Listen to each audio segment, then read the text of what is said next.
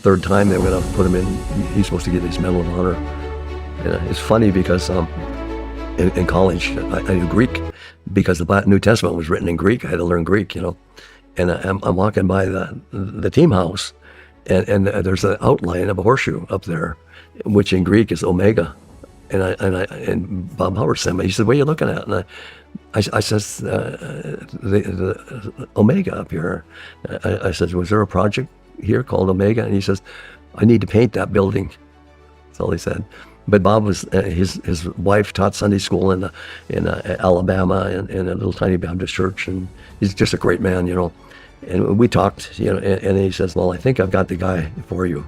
And we left the headquarters, and there he is. Norm Doney was my 1-0, and Norm had a silver star and 7 bronze, and it was his 3rd or 4th tour. And Bob Howard tells Doney, he says, "I think I got the man for you," and talked with Norm Doney, and some of those guys can take your measure pretty quickly. They know what you're going to be like, whether you're going to falter in the field and all that stuff. And he took the measure, and it was great. And it was interesting because he had come from the mailbox, and his wife had sent him a magazine, and the cover of the magazine was Men's Magazine, and the cover was Sergeant Doney, 6-man Mission Impossible team, drive out and kill 200 VC. And that was my team leader. Holy shit. Yeah. What's the backstory behind that? Yeah. Well, he was doing his recon, and he caught them doing PT on a riverbank. And he just called in the airstrikes and stuff and just nailed them, Wow. Wow. What'd that feel like to have that guy as your leader? Yeah. But Doney was... not only was a team leader, but he was going to teach me everything he knew. I was going to be a sponge, and he wound up being my team leader, my father figure, my mentor, and my friend. And after the war, I've been seeing him in Oregon, and just a wonderful man, a great man. And he retired after, 25 years or so in the military. How big was your team? Say again? How big was your team? There were 3 Americans, and I think it was 5 or 6 in Dig. And my team was a little bit unique because most of mine were Chinese. So I had Chinese and Vietnamese. And we started to lose some wounds, so we were down to like 6 and 3, Damn. How much training did you guys do before you went out on operations? Oh, constantly.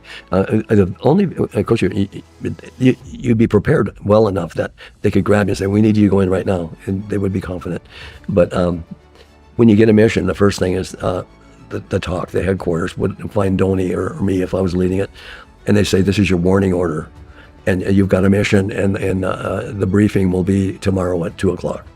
And so now you know something's going on, so you make sure your people don't go to town on leave or something like that. And then the next morning you get your warning order, the mission briefing, and they'll say, "This is where you're going, this is what you got, this is what your mission is," all that kind of a thing. And you kind of appraise it. It's just like one where I'm going to need more defensive things, or you key it to the mission and so forth. And then if it required special training, then you take your people and you go to the range or whatever and do that specialized training that they don't normally do. And then you give a brief back in which it's in a briefing area, and all the people are there. The commanding officers there, the S2, the S3, S4 is there. Everybody's there, and anybody can ask you any questions they want about the mission, and the captain and the colonel and all the rest, And when they're totally satisfied that you're ready and you got a degree of success looking ahead, then they'd okay it. And then you'd have a time when the choppers are out there, and you meet them out there and get inserted into the target area. A lot of people talk about, I did 40, 50 missions. I don't know how you can do that. If you go through the, warning order and all that kind of a thing. And the average intelligence mission is 7 to 10 days. Damn. My missions overseas aren't that many. It's less than 10. But I had a lot of them in country too, which we didn't count. The old timers wouldn't count that. Only counted SOG, because SOG missions were deep into enemy denied and controlled territory. Laos, Cambodia, Vietnam. Those were our missions. Anything else that we did, we kind of regarded as just training missions. Interesting. Yeah, and Donnie, I remember Donnie, I used to talk about, it was just a training mission. Donnie says, don't forget, 58,000 people have been killed in those training missions, Yeah, I had to remember that because it's in Vietnam. It's still dangerous. What would some of the missions be in CONUS? Over the fence? Yeah. Intelligence was probably number one, and sometimes it's direct action.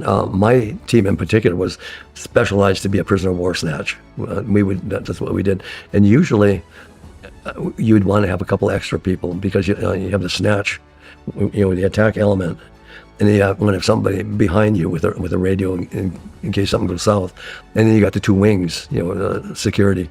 So the wing can say they're coming or something like that, or, so you're talking about two on each wing and an attack element and then somebody behind. So ideally you'd have about 10 people, but it's hard to hide 10 people too, But we would have the attack element, and I'm not sure if I'm getting carried away here, but a lot of times we would have a couple claymores, and we have a claymore here, and in between we have not a dead space, but an empty space, and that's where we would time it so the prisoner was right there, and we blow the claymores. Everybody down there is done.